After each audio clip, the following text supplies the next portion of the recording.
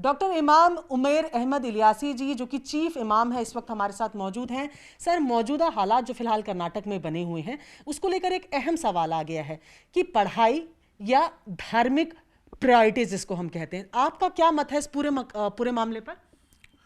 पहली बात तो मुझे लगता है कि ये विवाद है जो बना है, ये सही नहीं है, क्योंकि आज पूरा विश्व इस समय, हर आदमी, हर देश टेक्नोलॉजी की तरफ आगे बढ़ रहा है। यहाँ तक कि चाइना ने अपना सूरज बना लिया, तमाम सारे देश मंगल ग्रह पे जाने की बात कर रहे हैं, सारी दुनिया इस वक्त तरक्की की बात कर रही है।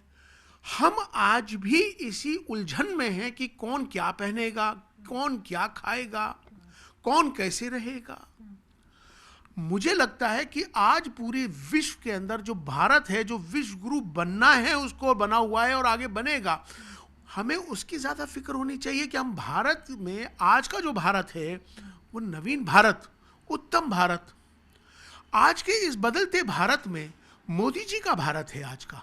तो मोदी जी इस वक्त पूरी दुनिया के अंदर विकास की बात हम लोग कर रहे हैं, तो कहीं ना कहीं हमें इस बात की फिक्र ये होनी चाहिए कि हमारा देश कैसे आगे बढ़े और कैसे हम तरक्की करें। दूसरी बात, अगर मैं, अफसोस की बात यह है कि जो भारत की विशेषता है अनेकता में एकता, उसकी बात होनी चाहिए। हमारे भारत की पहचान यही रही है। तो आज हम सिर्फ इस बात में उलझ गए कि हरा रंग मुसलमान का हो गया, गेरुआ हिंदू का हो गया, गाय हिंदू की हो गई, बकरा मुसलमान का हो गया। तो ये सारी चीज़ें इस धारणा से ऊपर उठकर आगे आना चाहिए। जहाँ तक हिजाब की बात है, जहाँ पर ये विवाद हुआ है, उसके ताल्लुक से मुझे लगता है कि अगर उस कॉलेज का या उस स्कूल का अगर कोई कायदा नियम है, अगर उस स्कूल ने, कोई भी स्कूल हो या इंस्टीट्यूशन हो, हर जगह का एक नियम होता है। मैं समझता हूँ कि मंदिर का एक नियम होता है, मैं समझता हूँ कि मस्जिद का अपना एक नियम होता है, इसी तरह से हर कॉलेज स्कूल का अपना एक नियम होता है। अगर उस नियम के तहत अगर उस स्कूल में हिजाब अलाउ नहीं है तो कोई बात नहीं है, तब तो कोई फर्क नहीं पड़ता। लेकिन जब स्कूल ने नियम दे रखा है, अलाउ किया हुआ है, तो जब स्कूल ने परमिशन दी हुई है, तो फिर वो विवाद क्यों है? तो इस बात को समझने की है कि या तो ये तय कर लिया जाए, जब हमारा एक ड्रेस कोड है कि भाई इस स्कूल की ड्रेस कोड ये है, तो अगर अपोज करना था तो स्कूल या कॉलेज या इंस्टीट्यूशन को अपोज करना था, और अपोज उसने अगर उसके नियम में नहीं था हिजाब पहनना, तो अलग बात थी।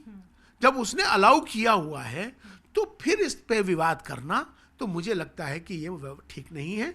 हम सब मिलकर इस समय हमारा जो देश तरक्की कर रहा है, हम अपने देश की तरक्की में, अपने देश के निर्माण में इस समय अपना दिमाग, अपना जहन, अपनी मेहनत अगर उधर लगाएंगे वो ज़्यादा बेहतर है। क्योंकि आज राष्ट्र को हम सब जो पढ़ाई करते हैं, स्कूल गए हैं, वो इसीलिए गए हैं अपने राष्ट्र के निर्माण के लिए। तो मुझे लगता है कि हमें इस पर ज़्यादा ध्यान देना चाहिए, ना कि जाति से, धर्म से, हैं, उस सब से ऊपर उठकर मुझे लगता है कि राष्ट्र की फिक्र हो, क्योंकि राष्ट्र सर्वोपरि है। ठीक है, आप चीफ इमाम हैं, आपको लाखों लोग सुनते हैं।